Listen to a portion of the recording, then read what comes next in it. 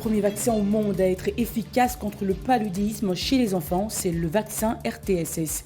Environ 650 000 enfants ont reçu le vaccin depuis 2 ans.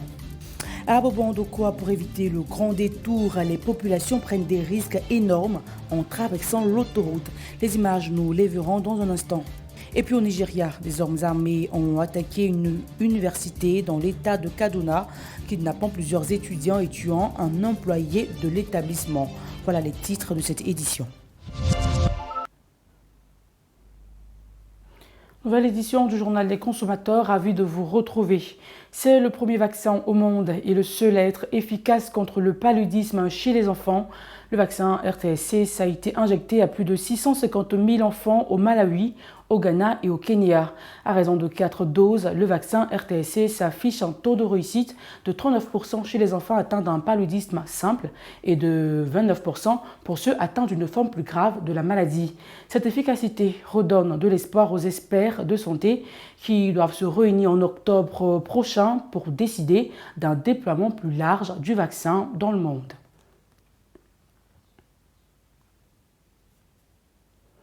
À Bobo-Ndokwa, pour éviter de faire de grands détours, les populations prennent des risques énormes en traversant l'autoroute. Les images dans cet élément de Denis Kouman. Nous sommes à Bobo-Ndokwa, au nord d'Abidjan. Course, arrêt en pleine chaussée, risque de chute et d'accident. Voilà ce à quoi s'exposent quotidiennement de nombreux riverains de la voie express, reliant la commune d'Abobo à celle d'Agnaman. Ils traversent chaque jour cette autoroute au risque de leur vie. Il y a des gens qui sont malades et ils sont là. Même pour traverser là, ils ne peuvent pas bien traverser. Bon, tu es obligé de les venir de les dire. Mais il y a les chauffeurs aussi, quand ils viennent là, ils ne cherchent pas si c'est l'homme ou pas. Donc souvent même là, chaque jour que Dieu fait, il y a un accident ici. Comment ça est? Pour les femmes, il faut voir comment elles traversent. Si la voiture vient en temps, on ne sait pas comment on peut s'arranger. Donc c'est très très dangereux. Les usagers conscients du danger donnent comme raison de ce jeu contre la mort la facilité d'accès à leur habitation. Je peux dire normalement pour traverser ici, les passagers doivent descendre sur le pont pour entrer dans le quartier pour traverser, pour éviter les accidents. Mais comme il y a des raccourcis, ils évitent pour venir descendre ici. C'est ça, pour traverser, il y a toujours des accidents.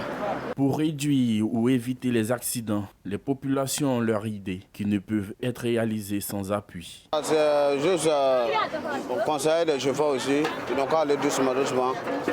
En plus, on peut avoir un pont piéton ici pour mieux sécuriser la population. Traverser aussi, c'est ça que c'est pas facile pour tout le monde. Voilà, il y a des vieilles qui passent, qui traversent, il y a des vieilles personnes. Bon, tu vois, c'est pas tout le monde qui savent traverser. Il faut attraper la main d'autres personnes pour pouvoir traverser. Tu vois que s'il y a un pont piéton, ou soit il y a un feu tricolore, je crois qu'entre les deux, tout nous arrange pour nous les passagers, pour nous les piétons aussi qui traversent.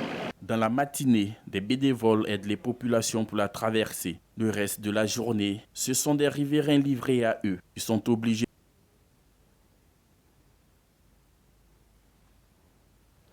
La microfinance Horizon Épargne et Sécurité annonce la distribution de chèques d'un montant total de 128 730 000 francs CFA à 125 jeunes femmes et hommes pour le financement de leurs projets dans le département de Boundiali. Cette institution de microfinance est spécialisée dans la promotion de l'épargne, du crédit, du transfert d'argent et de l'assurance santé.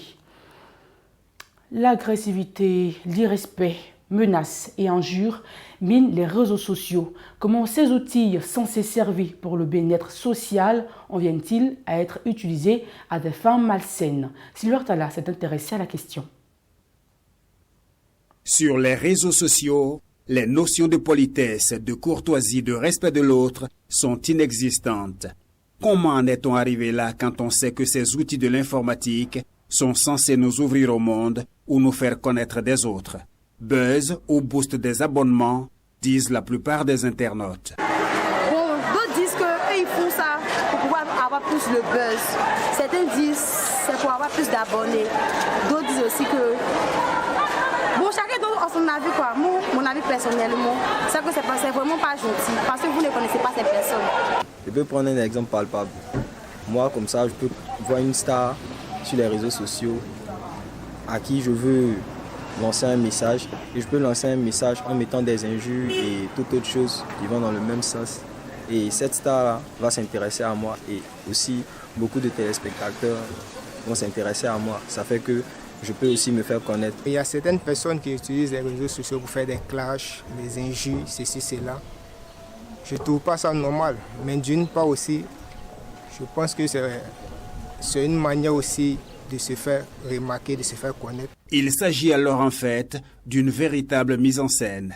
Et pour ce citoyen, c'est le fondement même de l'esprit humain qui s'en trouve bouleversé. La vertu morale innée en l'homme a été changée par la vertu sociale qui a changé l'esprit de l'homme, le rend encore plus virulent. Et on s'oublie souvent et on est amené à parler mal. Les réseaux sociaux sont faciles d'accès, libres et très peu coûteux. Tout le monde y accède donc facilement, avec la certitude d'être entendu de la société. Les règles sont très souples et nombreux sont les consommateurs qui les transforment bien vite en armes contre leurs semblables. Et cela n'est pas près de s'arrêter dans un monde où le fondement semble être renversé.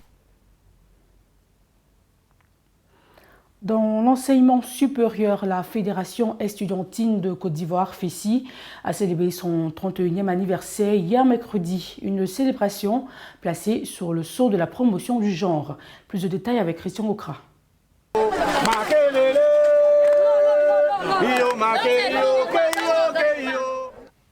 1990-2021, la FESI a 31 ans d'existence.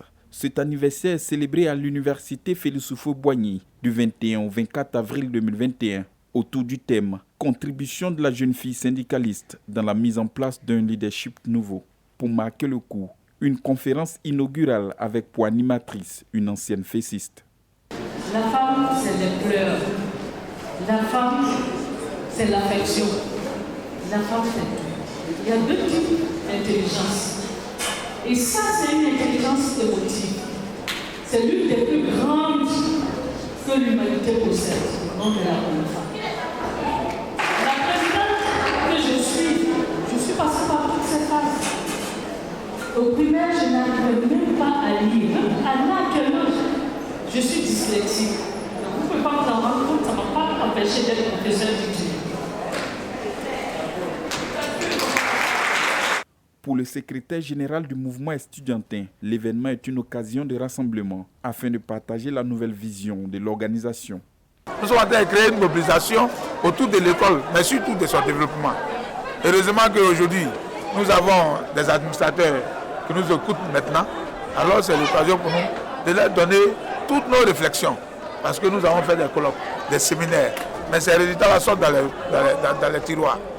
Comme l'administration est ouverte désormais, nous allons leur faire un monde de nos propositions, des propositions de beaucoup de semaines de réflexion. Pour nous, si tout le monde se mobilise autour de l'école, que l'école n'appartient plus soit à un ministre, ou à un chef d'établissement, ou à un enseignant, ou même à l'étudiant ou à l'élève, que c'est l'affaire de la communauté, l'école va aller de l'avant. Créée en 1990, la FESI est secouée depuis par des crises récurrentes et divisée en plusieurs tendances. Il est de plus en plus question désormais de resserrer les liens et promouvoir l'excellence pour une jeunesse ivoirienne modèle et épanouie. Au Nigeria, des hommes armés ont attaqué une université dans l'état de Kaduna. Au moins 20 étudiants ont été enlevés et un employé de l'université a été tué dans l'attaque. Depuis plusieurs mois, des gangs armés, communément appelés bandits, dans cette région du Nigeria procèdent à des kidnappings de masse dans les établissements scolaires en échange de rançons. Au moins 730 enfants et adolescents ont été enlevés depuis le mois de décembre 2019. Concernant le point de la situation du coronavirus, le nombre de nouveaux cas testés positifs continue d'augmenter. En Côte d'Ivoire, la cérémonie officielle de lancement de la vaccination contre le coronavirus a démarré à Belambé. Le mercredi, 61 personnes infectées ont été enregistrées dans la région. L'Afrique en général a subi cet hiver une deuxième vague de la maladie avec de nouveaux variants plus violents.